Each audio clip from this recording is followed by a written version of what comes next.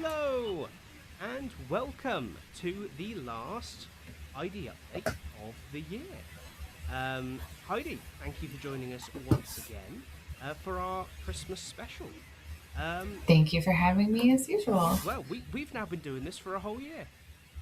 Isn't that We have been man? It's flown by in a lack of proper planning and technical just problems. winging it. Absolutely. Well, thank you for joining us today. If you are here with us live, I can already see that once again, LinkedIn is not doing what we want it to be doing, and not showing anyone anything. Yeah. So I'm gonna drop the link to join us on YouTube over there. Um,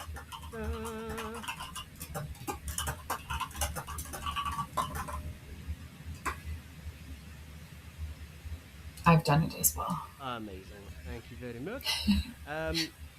But we have got what I think is quite a nice last show of the year. A chance to look back, look forwards, and hand out some entirely arbitrary awards. I did get a message after we said we were going to do awards, going, "Oh, should you call it an award if it's arbitrary?" It's like, well, on some level, every award is. Someone somewhere defined what constitutes award worthy, and we've had a go ourselves. To be clear, they're not overly serious, but obviously they are the most important awards in the learning industry. Obviously. It's because they're on YouTube. That's the difference, as we know. Right. Other people rent out ballrooms and have actual trophies and like panels of judges that deliberate for weeks and months carefully about who should get an award. We figured you don't need any of that. You just need a couple of people who think they know better than everyone else to make some decisions. So, We also didn't accept payment from anyone to be nominated or receive these awards. absolutely, there were no sponsors So of that's this something. year's ID Update Awards. But if you would like to sponsor next year's ID Update Awards, no, that is a joke. There will be no sponsor of next year's awards. So, with all that in mind, let's dive into the show. And I'd like to start, Heidi, if we could, with a look back, because 2025 feels like it's a year we're not going to forget in a hurry, even if we perhaps wish we could, at times. So I'd like to kind of touch on what is your sort of most vivid and the kind of lasting memory you will have of 2025, and I'd love to hear from everyone else as well in the comments. So please do drop your ideas in the chat about what you think your lasting memory of 2025 will be. Heidi, let's start with you. I will definitely remember 2025 for many, many years to come as the year I made less than I did as an adjunct professor. This has been a marked, economically horrible year. And I'm hoping that next year things take a turn for everyone in a positive. It seems like it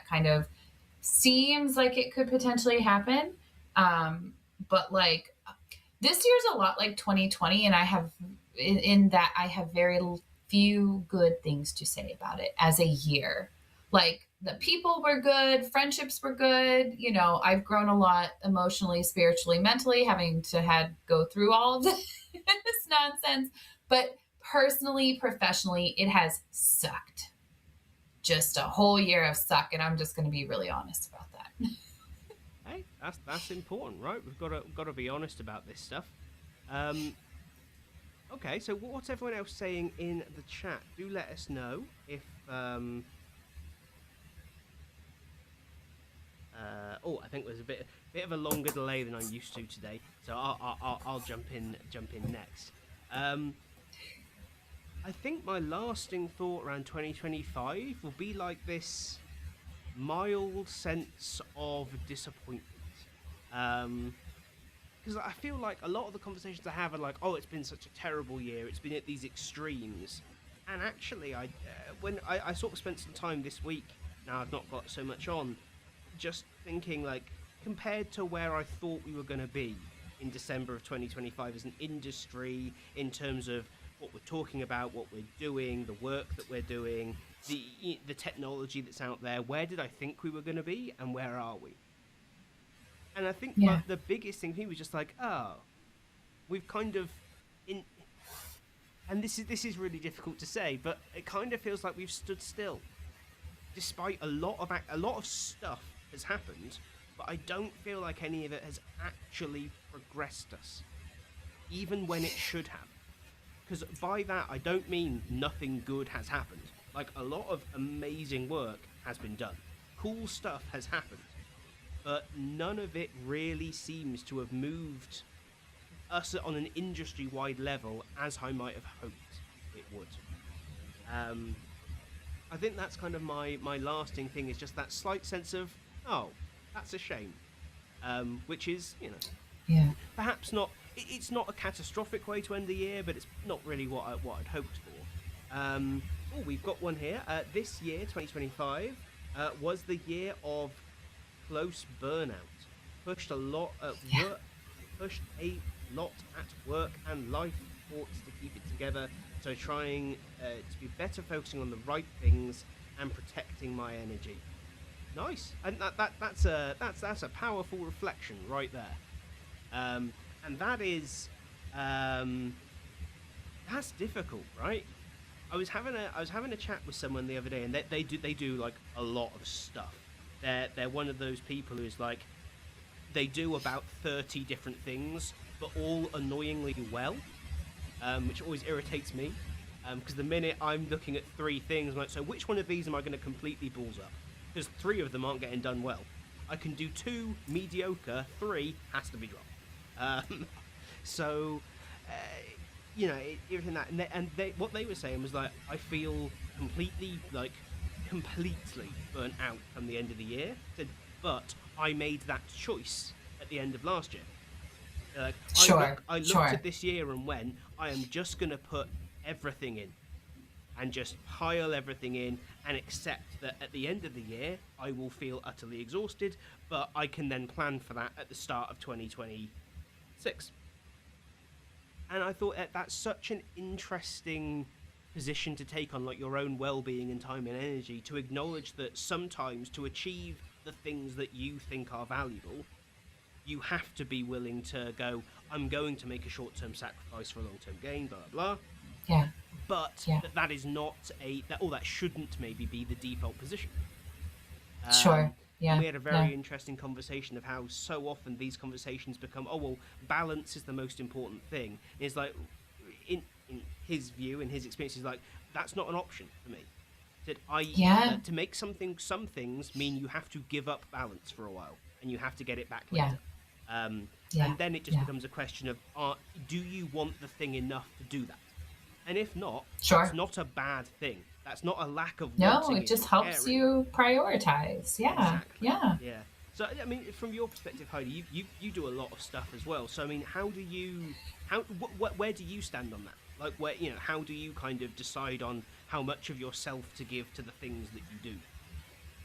Yeah, so I have kind of adopted this mindset after doing a lot of work, because I've had a lot of people over the years tell me that I can only do certain things, or I should only do certain things, or I should focus on this and not on this.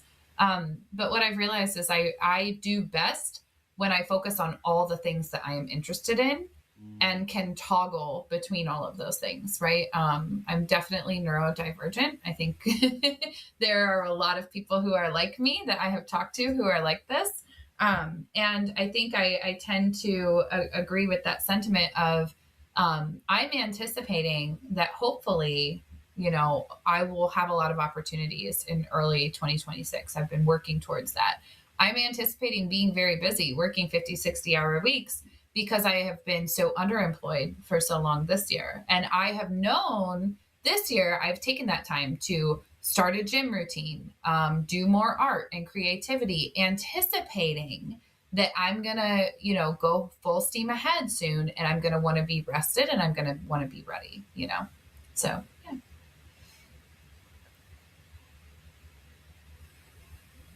Oh, wait, I lost your audio. Sorry, there we go. I was fixing Oh, something in the background. LinkedIn is still all still good. not our friend when it comes to live streaming. It does not like the fact that we're using this. But hey, we'll sort that out another time. So really interesting one here. So for me, this was the year of existential crisis. Every year is the year of existential crisis. Right? Yeah. Yeah. Who do I want to be? Where do I want to go in life? Can I even do it? Can I even do it more specifically in this economy? That's an interesting one. Yeah, I don't necessarily have the. I think this is one of those ones where. Do you remember at the start of the year we were doing like advice for getting started in the industry, and I said like sometimes I just feel like I can't offer valuable insight there. It's not what I do day to day, and therefore I'm just like I don't know. You certainly can't do it the way I did it because that pathway is gone, so I can't really help you, I'm afraid. Um, this kind of feels like that because I can remember thinking those things and doing that like early in my career, but I can't honestly define that there was like this well thought through moment where I went that's the thing. Um, Sure. I sort Yeah. of feel more like it's been a blind lurch from fun looking thing to fun looking thing. And to be clear, that's not a complaint. That's just a. I wrote about this earlier in the year actually about this idea of like sometimes being very clear in your ambition can be a bit of a problem because you become Sure. quite Yeah. blinkered to this. I must be this. If I'm not that, I'm not achieving it.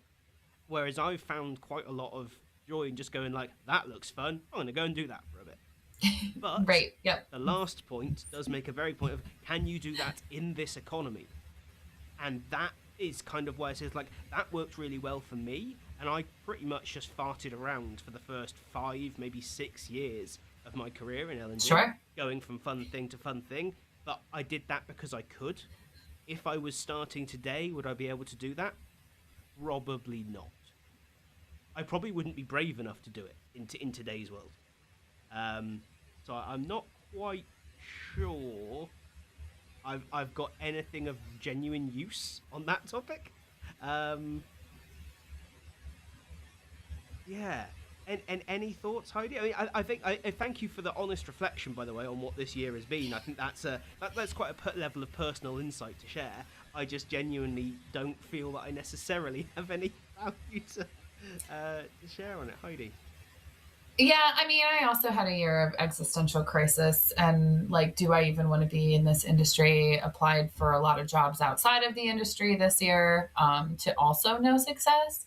And then kind of hit a wall towards the end of the year and was like, no, gosh darn it, I've worked really, really hard in this industry to just like walk away because it's not going how I want it to go. I'm going to change the industry to be how I want it to be in 2026. And I'm not going to settle for anything less. And that's where I kind of, and now I've like bullheaded, right? And oops, I've been down that path. Like I messaged you, Tom, because I was like, we have to work on something together. Like we need to, and that's where I've just been I'm like tunnel vision. It's time. So you'll figure it out, Zainab. You'll get to that point. You'll be, it'll just kind of come to you one day and you'll be so like set and determined. And Nicole makes a great point in the comments too, that if you didn't have an existential crisis this year, you're probably new to the industry. Yeah, And Betty has great advice too here about the existential crisis thing. Sometimes we are having crisis and sometimes we are just trying to make plans and they can feel the same. That's a really good point, Betty. Solid. It's I have something useful I can add. Aha! Thank you for that, Betty, because that's given me I have something useful to contribute to this conversation now. There is a thing called the uncertainty experts. It's actually just been bought by MediaZoo, so it's now one of their properties. But Sam Conniff, the guy who created it, has just released a book as well, and it's all about how we react and respond and work with uncertainty. It was originally made between him and Netflix as like this big video project. Absolutely incredible. There's some stuff available online that's like previews of it, and the book itself is fantastic as well, I'm sure. But it was all about kind of like how in the space of uncertainty, which I think is fair to describe, that's what this is now. basic things like the ability to make a plan or think ahead can feel like incredibly scary, risky, fraught experiences, whereas before they didn't. Um, and that's kind of okay, and that's not a problem. And I just find it very, very interesting. And one of the examples, cause he interviewed like people who dealt with various forms of uncertainty in very different ways. And one of the people he interviewed was like a gang leader or an ex-gang leader. And he's like, the thing that worked for me was figuring out what I was more scared of. Ooh, When I'm interesting. scared of doing something, what is the thing I'm more scared of? And use that basically as fuel to get you to do the thing. Huh. And I think certainly I was sat there, I heard that, and went, oh, that sounds really silly. And I thought, hang on, has everything I've done just been that in disguise? So, that's maybe it is. Yeah. Maybe that's not as silly as it sounds. Maybe without without an e-learning to tell me to do it, that's kind of, I realised very quickly that's kind of how I've done everything. Is just that sense of, oh, this is risky, but what if this happens? Well, better do this seemingly less risky thing then, and just kind of gone for it. And I think especially now, the ability for us to identify and focus a lot more on, but what if I don't take action, is going to be really important, both in our day-to-day work in L&D, in the decisions we make for ourselves as well. Because I think there is a real risk when times get tough that we get very protective and insular. It's the classic kind of hedgehog curl up in a ball and just hope that no one hurts you situation. And we all kind of know that once that happens, it's very difficult to get out of that crouch and get back out there to do new things and achieve things. There we go. Something of that. Thank you for that. That was pulled something from my mind there. Okay, so that was looking back at the year that we've had then. Any highlights for you, Heidi? Anything that really stands out at 2025 as being a good thing?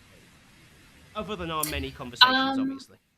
Yeah, of course. I worked with some awesome vendors who are doing really cool things. And I'm really excited about the vendor space right now because there's a lot of room for competition and there's a lot of room for, by virtue of that competition, the products that we all use to, get better. And I'm really excited about what that means for our future. And then I also worked on a really fun project this year where I created like an ILT game.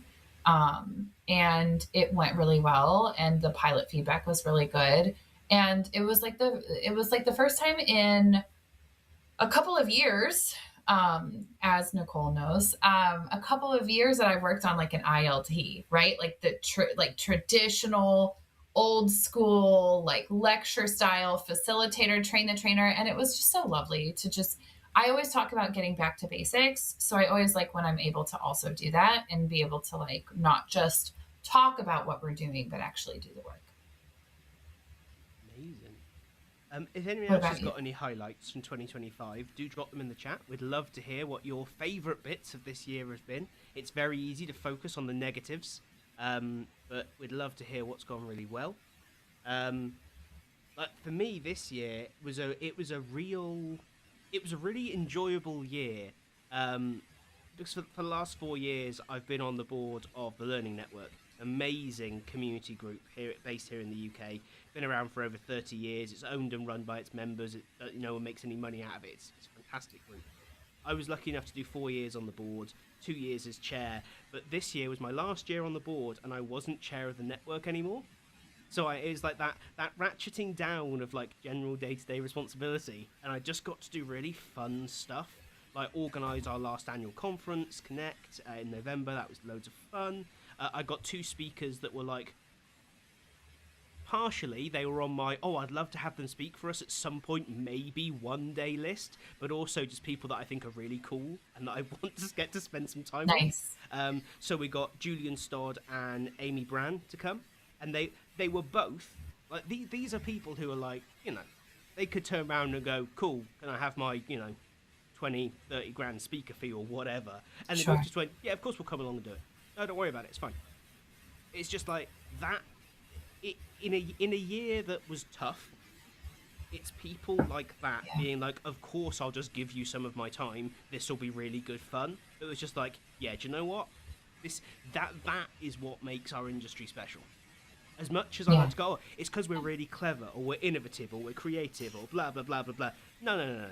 Actually, that people who are innovative and clever and creative exist in every industry, but in the vast majority of industries, that level of goodwill and willingness to support others doesn't exist. Looking at you, HR. Um, that's yeah. I do think there's something very special in our industry about that, and I think not just those two. Lots of people throughout the year did really cool stuff and gave their time and all this sort of thing. But I think actually those are the moments from 2025 that I'll be like, yeah, do you know what? That was real. That was a real good moment. Um, but getting involved and talking to more people, I think, yeah, that's that's a. Do you remember that stage, Heidi, where maybe a first year you got to the end of and went, "Oh, I know like lots of people in the industry now, and I've got these connections and these friendships forming with people that I don't just immediately work with." Yeah. Yeah. Nice Yeah. feeling. And now people know me and I don't know them. And I'm like, oh God, you know? And that's just awkward. So yeah, it is. It's so weird. I'll never get used to it. But well, this is the thing. I think again that's one of the nice things about our industry is that we're quite welcoming even in online spaces, so people can connect over very long distances and sort of build a network that's a lot beyond where they work. Um, Getting connected with people, highlight for me as well, especially Heidi. There you go, Heidi.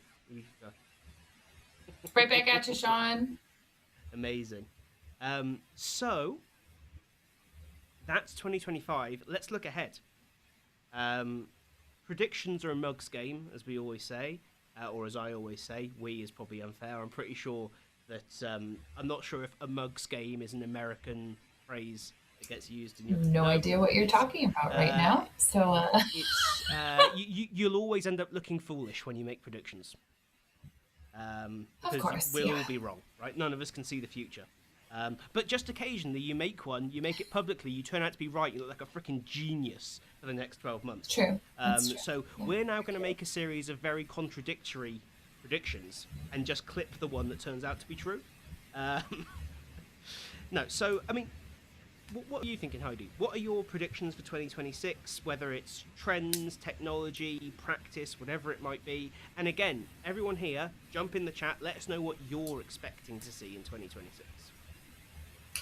Yeah, I mean, I remain cautiously optimistic that all of these companies that have just been flying by the seat of their pants and replacing their L&D teams with AI or non-L&D people or low paid people that are unskilled because they took a low salary or underskilled or otherwise. I am hopeful that they will have their day of reckoning this year, because even though we aren't good at showing it, I think everyone in L&D agrees that we have an impact and that we're important to the organizations and clients and people that we serve. And taking us out of the mix as drastically as we were taken out in 2025 is going to hurt a lot of companies and a lot of organizations. I truly believe that from the bottom of my heart. I even have, been hearing a little bit about, people rehiring people that they had let go in the last few years, that they're now looking ahead towards 2026 and making budget decisions to add back people that have been cut in the last several years. And then, we've talked about the disparity between the money going into ed tech and AI and the money going into L&D teams. I'm hoping that evens out, whether that means that less money goes into AI or that more money and resources and time goes into teams. I'm not really sure, but I think I'm really hopeful too, that the tools that we have, the landscape there changes a lot, and that some of these number one legacy tools, you guys know who I mean, that have been just hanging out, chilling at that top spot and not doing much, get surpassed by some and multiple other tools I would like to see surpass and people start talking more about tool stacks. I've also heard a pretty controversial take that courses are going to take a big hit, like the idea of having courses as Mm. content, as educational content, are going to take a big hit in 2026. And as much as I would like to see that happen, I'm not as confident about that one. But I wanted to share it because I find it an alluring prediction. Those are the dangerous ones, right? The ones you want to be true. Um, and this is difficult, right? Because I feel like I was on the unpopular side of, for those who were working in the industry at the time, of the great courses versus resources debate. And everything should be a resource, not a course. Of course, it was never that black and white, but it got turned into that naturally.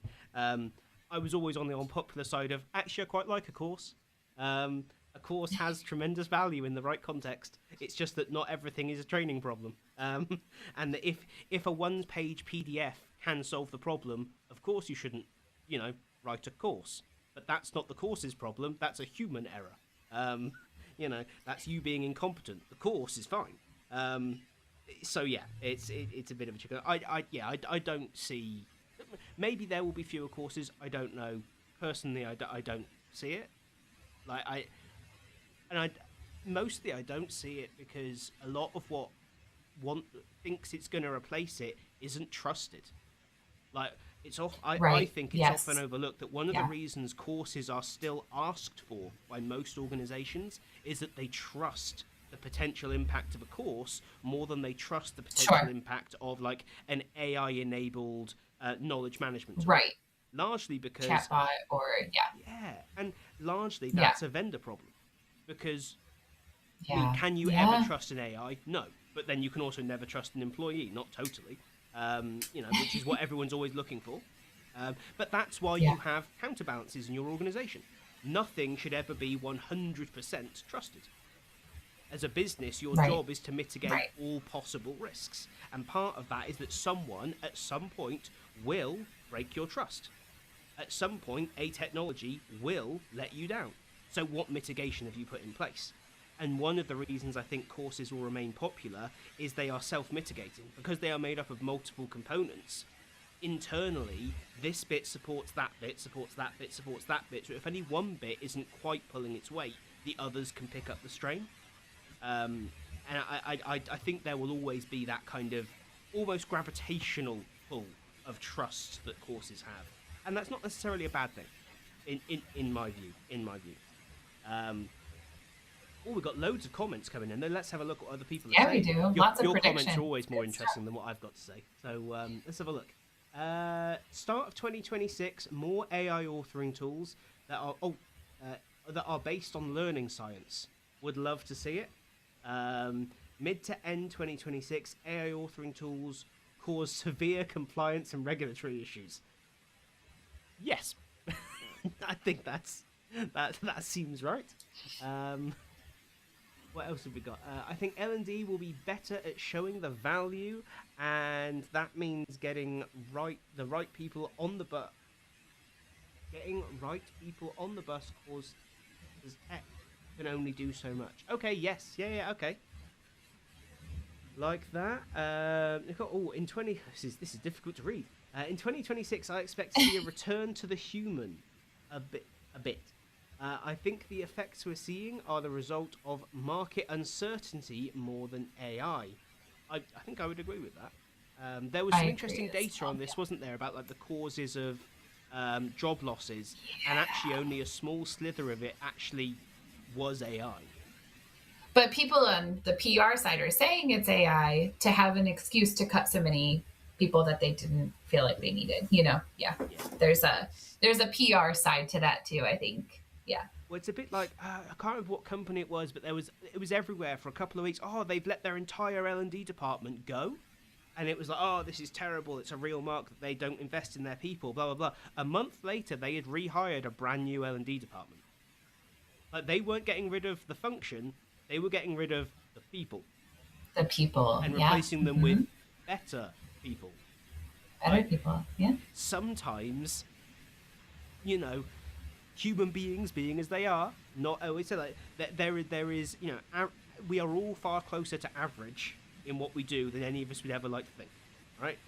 We're all our own, we might critique our work heavily, but we also, deep down, probably believe that we're competent and we're part of the solution, not the problem, etc., etc. But some of us must be getting that wrong, I always use, like myself as an example. When I look back, I think there are times in my career when I have thought I have been on the right side of things, and in hindsight, I can clearly see I was on the wrong side of things. So sometimes, when companies do make these big, seemingly outrageous moves, it's probably the right move. It just doesn't look or feel good once people get involved. Yeah. What else we got? Plus, we compete for budget with other budget line items, not necessarily for other L&D providers. Many organizations are updating their systems in the last 1 to 2 years, including do ERPs and AI, etc. They'll need training to come back to teach people to use those systems and fill gaps from having reduced learning. That's an interesting one. Yep. Yeah. It's a cycle. Yeah, I agree. A bit of cycle of systems training. The course thing is a myth, a wives' tale, a false prophecy. Maybe. I think you're probably right, Betty, if I'm honest. But I again always laugh at myself. 10 years ago I wrote a "SCORM is dead, long live XAPI" article that went up on e-learning industry. SCORM's doing fine. XAPI didn't really get its claws in the end, did it? The technology was, well, it still is, miles ahead of SCORM. Why are we still using SCORM? Well, because we trust it, Right. And, on paper, yeah, it should be long gone. Of course it should. But, so should the idea of burning dead dinosaurs to fuel vehicles. But, what can you do? It's great. So I do think course libraries will take a hit. Oh, interesting. Like I was saying, because people can chat GPT a curriculum and content. Why do you need a course? That's a really interesting topic. What time is it? Let's see if we've got time to dig into that more. Because if not, actually, that could be a really interesting standalone chat. Actually. So I think everyone here will have thoughts on that. Lots of agreed. I know. Agreed. It's true. Accept and embrace my I fully accept and embrace my mediocrity. That is the way forwards. Hey, do you know what? There's what is it called? There's a TED talk about super chickens, which sounds ridiculous, but it's all about how everyone trying to be a top performer is detrimental to every organization. Because there can only ever actually be a very small group of top performers, and being comfortable being a consistent, reliable, but not top type performer is incredibly valuable to every organization. It's what you need the most of.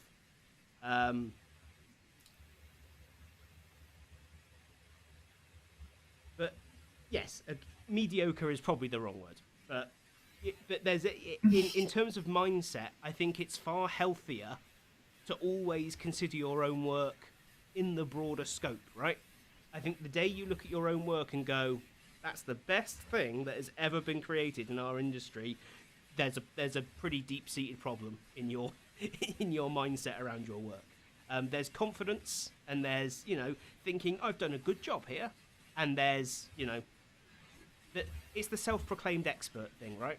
I'm an expert in, and I always start going la la la la la la la. I'm an expert in this because I've read about it for 10,000 hours, just like Simon Sinek said, or whoever it was. Adam Grant? I don't remember. Who was it? One of those guys? Yeah. Just start with the why. Don't worry. Doing stuff in practicalities is really easy later on. So, yeah, let's not go down that sinkhole. No rabbit holes. We have to stay on task and remember why people actually joined us today. Exactly, yes. So, video would remain the best method because AI can't replace it yet. Did not age well. Yeah. I think anything that says a modality is the best modality is going to age like milk, isn't it? Let's be honest. To what have we got? She's trying to lower expectations. Hey, that We all know that works well with clients. Right? Phenomenal. Okay. Right. Let's move on then, because I'm aware that we're down to our last 20 minutes. But time has flown by. We haven't even said one thing about the A word. I know, right? We've got some arbitrary awards to give out, which is 2 A's. Now, It is 2 A's. some of these me and Heidi agreed on, which I was rather impressed about. And others we didn't disagree, but we kind of had different reasons for wanting to give them to different people. So, I mean, shall we just go down in the list in the document? Yeah, let's do it. Cool. So, welcome to the very first ID Update L&D Awards. Yay! Applause and all that good stuff. Yeah, these probably aren't the most coveted awards in the L&D industry. You don't get anything. Some of them aren't positive awards. But we hopefully they're an opportunity actually to recognise, I think, what we think is really good work, or areas for potential improvement. And the first one is Best L&D Book of 2025. Probably, actually, I found the toughest fought category. This was really tricky, but interestingly, we both landed on the same book. So we did. This is for the book that meaningfully advanced how we think about learning, performance, or work, rather than just recycling familiar models with a new cover. And the winner is, Heidi? Lori Niles Hoffman's The 8 Levers of EdTech Transformation, or levers, depending on how you pronounce that word. Levers Here in the is Midwest, correct, we say levers. Yeah, that's Yes, but I picked this one because I thought it was it's a very practical, pragmatic way to say the excuse, this is the way we've always done it, is not going to work. And here is how I can help you get past it. I think for me, it was the sheer level of practical applicability. It was not a lot of very distant models that I felt I was going to need to spend a significant amount of time applying new context to every time I tried to use anything in that book. All of it could be put into, in some form, any organisation that I have worked in. Even reading it, I was seeing things and work that I had done and what I got wrong. And that is, for me, I mean, I love reading books. I'll happily read a book that at the end I go, that wasn't a good book, but I'll still enjoy the process of reading and thinking about it. But this was one of those very few books that before I'd even finished it, I was applying it. I was thinking and reflecting and learning outside of the text. And that for me is like that gold standard of, yep, that was worth every penny, would buy again. Absolutely. Agreed. Next award then, the Best L&D Podcast of 2025, awarded to the podcast that consistently delivered thoughtful, rounded conversations and resisted the urge to become a thinly disguised vendor webinar.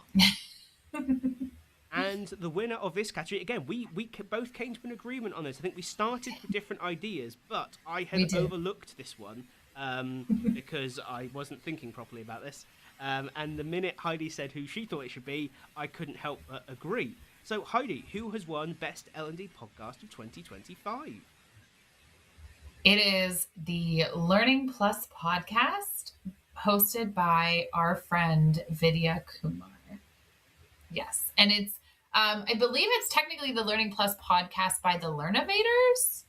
So I believe that they are technically sponsored by a vendor, but that said, I have called Vidya Kumar. You and I have both guested on this podcast, right? We're a little biased, but we'll admit it. And we'll say that it is not only a fantastic podcast to listen to, it is a fantastic podcast to be a guest on, because Vidya Kumar is like what is the guy's name from Hot Ones? Sean Evans. She's like the Sean Evans from Hot Ones, because she not only does research on who you are and what you do before she asks you questions, but then she also, she understands your perspective before you even have a conversation. Oh my gosh, it's so fantastic. So fantastic.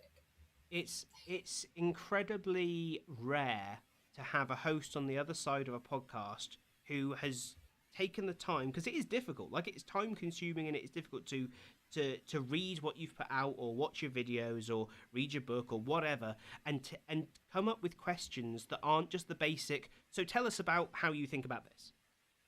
That challenge you, that maybe don't necessarily disagree, but introduce a perspective. I don't think I'm sure it was in our conversation on the podcast. She asked me a question that I really had to think about in relation to Yeah. something I had posted about fairly recently, and thought I had never considered it from that perspective before. And so even as a guest, I walked away going, I learnt a lot in that conversation. And that, yeah, I really was outstanding. So, our final contenty award goes for most useful non-L&D book for L&D people. Because some of the most important ideas shaping learning design still come from psychology, sociology, design, economics, and product. Or none of the above. So, for this, I recommended, and I'm giving the award, to Doing Discovery by Peter E. Cohen. It's from the product and software development world. It is all about discovery. The entire book stops at the end of the discovery phase, and it's a book of basically how to ask really freaking brilliant and effective questions in the discovery phase. It's one of the things I love in a book is when someone dedicates the entire thing to one particular problem. And this one was the quality of discovery. Absolutely fantastic. I found it to be brilliant. Heidi, we had different awards on this one. So who are you Yeah, giving we the did. most Of course, useful we're going to be non-L&D reading book? different non-L&D books, right? Yes. Of course. And I've been trying to keep up and share links as you've been talking in the YouTube wow. chat. Good job. But I'm going to probably lose it after this one, so I do apologize. A book that I read, it could be argued that it is L&D adjacent because it's leadership development, but I don't think that we get to claim the whole of leadership development like we sometimes think we do. But this book it's an old one too, Change Your Questions, Change Your Life by Marilee Adams. Are you familiar with it, Tom?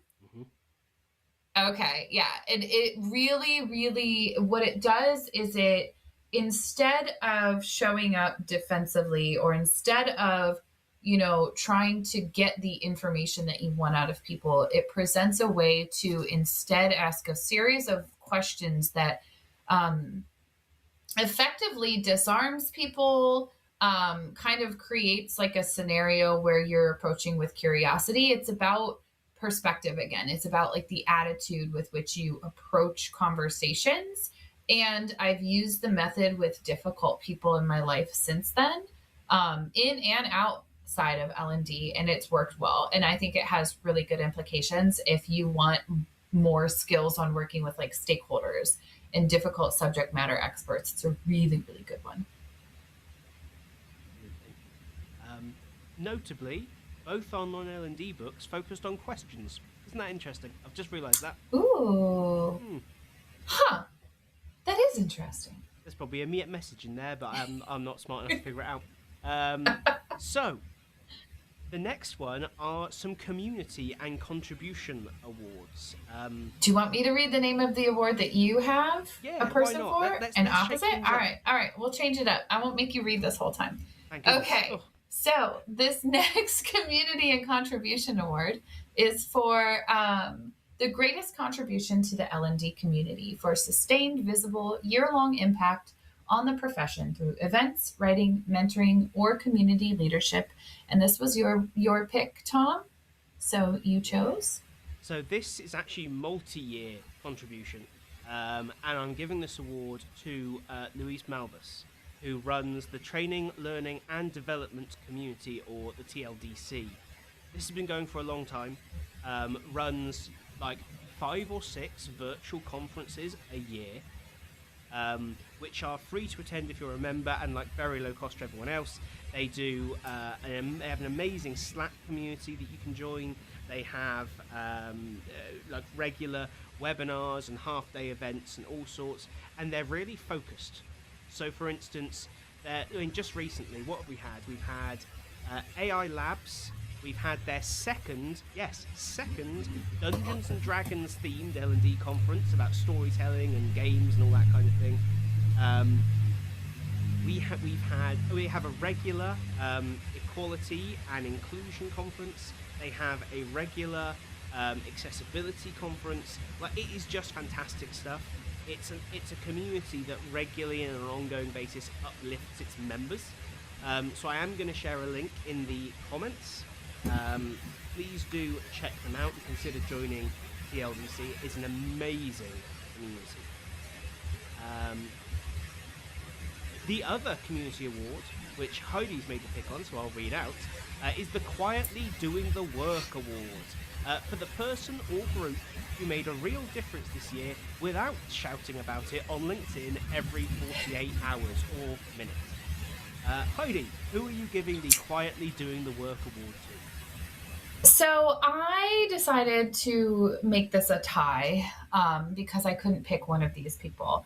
But Mark Shepard and Sean Scott, who I believe is watching this right now, are the people that I chose for this award because for Mark, he's been around the industry forever and he is in so many communities. I had no idea how many communities he's part of until he joined the Useful L&D community. He is active in all those communities. He's always willing to mentor or help out. He speaks at conferences, but isn't egotistical about it. And in fact, shares a lot of the resources that he shares at conferences after the fact with his greater network. Sean has also been just like busting his ass at his job. I happen to know this. He, he's the one who answered that he had close burnout, right? So for good reason, he's been working really hard. But he's also started to share his insights with the LinkedIn community in a very real and practical way, and just like very quietly about the work that he's doing.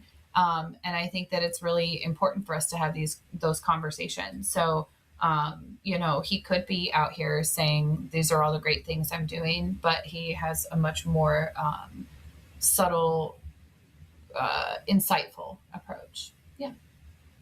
And we've had this conversation before, but and we had it again at the Learning Technologies Awards. I am convinced that much of the best work done in our industry is never known or seen outside of the organisation in which it's delivered. Agreed. For various reasons, some of them being that some people just don't shout about their work. They're too busy, doing stuff. Rather than talking about it. And also, so many organisations, entirely fairly, don't allow their stuff to be shared beyond their walls. So I think it's always important whenever we see big trophies and big names, and look at the amazing, very public work of KPMG and Deloitte and blah, blah, blah, to remember these are awesome and that's fantastic. But I firmly believe there is far better work being done all over the industry without that acknowledgement and without the ability to talk about it publicly. So I think this was an important one to have in there. So the next section of awards is evidence and practice. I think we've each got nominations for these, so if I read the first one out. So, furthering the cause of evidence-informed practice for an individual, team or organisation that actively pushed back against myths, oversimplification or bad science and helped raise the standard of thinking in L&D. We've both got one for this. Do you want to go first, Heidi? Sure. So I would like to shout out Mike Stein and the work that he's done this year. He's done some awesome instructional design research across the board. He has done the case studies where he's asked real practitioners how they would handle scenarios, and then he's presented, he's built those into this like knowledge base for newbies, basically, right? That then breaks it down into here's what some different experts say, how they would handle this situation. And it's just become a super helpful guide. But he also did a really cool study on the time it takes to create something in Storyline compared to other cloud-based authoring tools, and shared some really compelling data that Storyline takes 6 times as long to create in these other tools, as kind of like hey, is this the stuff that we should still be defaulting to? Like, should this still be our default tool? But then also gave a really pragmatic review of those cloud-based authoring tools and said, like, none of these is perfect. And it really kind of depends on what you're looking for. But if you're looking for speed, there are other options out there. And I think that that's also a really important thing is, that we often are like, oh, vendors, but like we need to also know what the vendors are doing, what the products are there that they're creating so that we can benefit from them. Absolutely. Yeah, I mean, that research is exceptional. If you haven't read it, go forth and read. Amazing article in Dirty World magazine. Yes. My pick for this award, though, was actually a group, an organisation, the Learning and Development Accelerator, or the LDA. Again, I'll drop a comment in there. This is all founded around the spread of learning science and evidence-informed practice. It's a wonderful community, runs fantastic events, great speakers. Just funnily enough, the LDA Press, which is their book publishing arm, published our pick for Book of the Year. They published Laurie's book. So well worth checking. Oh, that's right. Yes. And then our second award in the evidence and practice section is Best Translation of Research into Practice for making evidence usable in the real world, not just accurate on paper. We both picked the same person here without any conversation needed. Of course Heidi, we did. who do we think did the best job of translating research into practice this year? Of course, we both picked the learning pirate herself, Lauren Waldman. She has just been on a fantastic mission to help people understand how they learn so that they can be better advocates for their own learning. She's had tremendous success in the higher ed space this year, too, in going in and teaching college kids how they learn, how they process so that they can best, maximize whatever it is their goals are, right? And that's kind of her whole approach is like, this can help you in any facet of your life. Understanding how your brain works can help you in any facet. And it's funny because Nicole even said in the comments, look, Lauren is exactly who came to mind. So Yep. Excellent. That's good. The next one then is our one and only social media award. There were going to be more. You want me to read this one? We couldn't quite come to a final decision. Go for it. All right, so this is for the bravest reasonable take. For someone who challenged popular opinion thoughtfully without being deliberately inflammatory or smug about it like Tom and I would have been. I mean, what? Just kidding about that one. Oh, no, yes. There is only one number on the smug scale when I have a conversation. It's 11. That's great. But Tom, I'll let you announce this one. The winner is Zainab for her fantastic Rise Features article. It got a lot of visibility, but I don't think it got enough visibility. And I think the main visibility it needed was with the product team at Articulate, to be entirely honest. And I don't really say that as a joke. Having worked on a product team, I read that and thought, my God, if someone had ever posted this about a product I was working on, I would be sending them money because they've just saved me months of product research.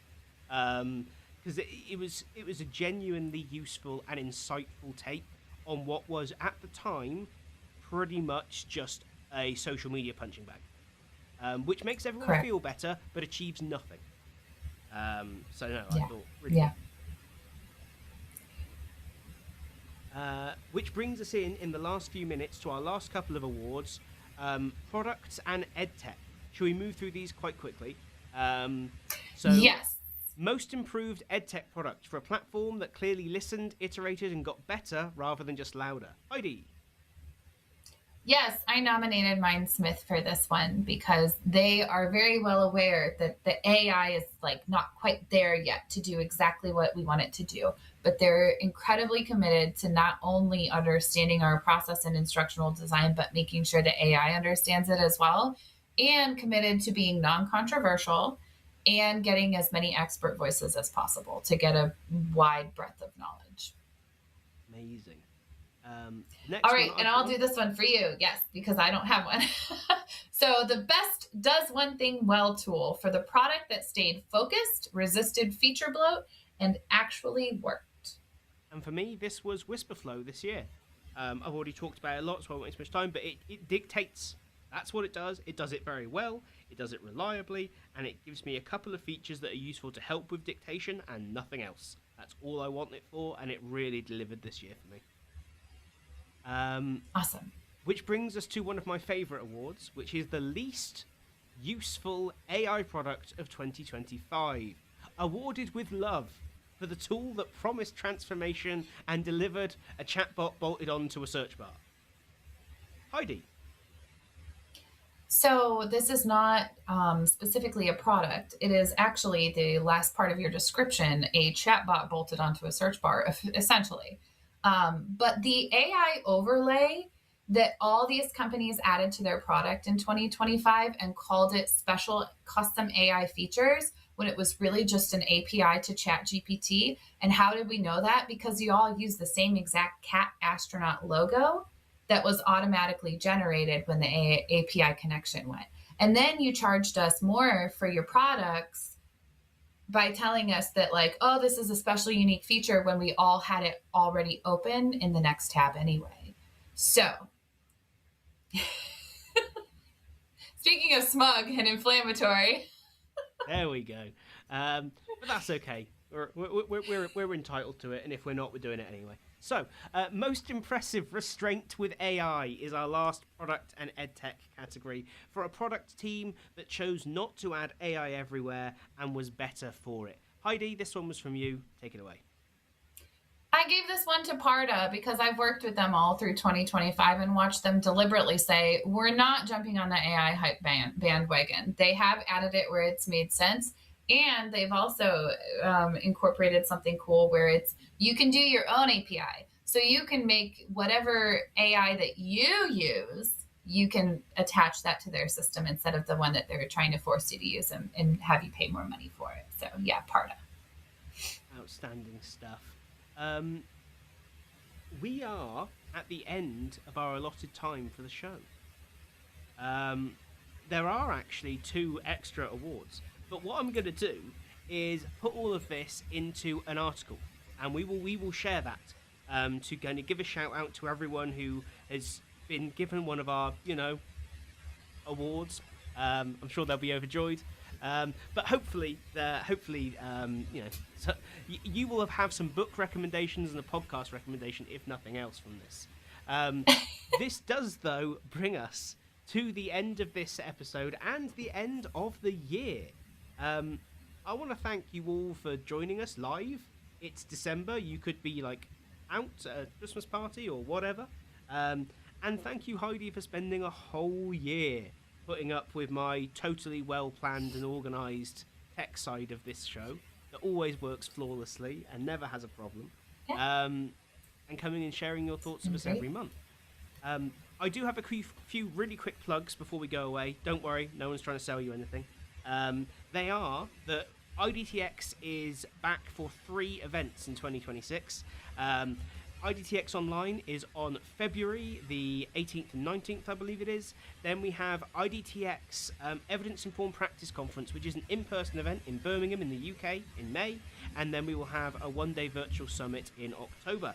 Tickets for all of those events are currently available, and today stroke tomorrow until midnight is the last day to submit speaking proposals for the first IDTX Online. So if you want the opportunity to speak, please do get your proposal in before the deadline, because there will be no exceptions. It's only fair. Like 40 odd people have managed to do it on time, so it is important that the rules are there. The other thing is that I'm currently doing some research on the skills entering the workforce versus the perceived skills and what we think people need and all that sort of stuff. The survey takes less than 5 minutes.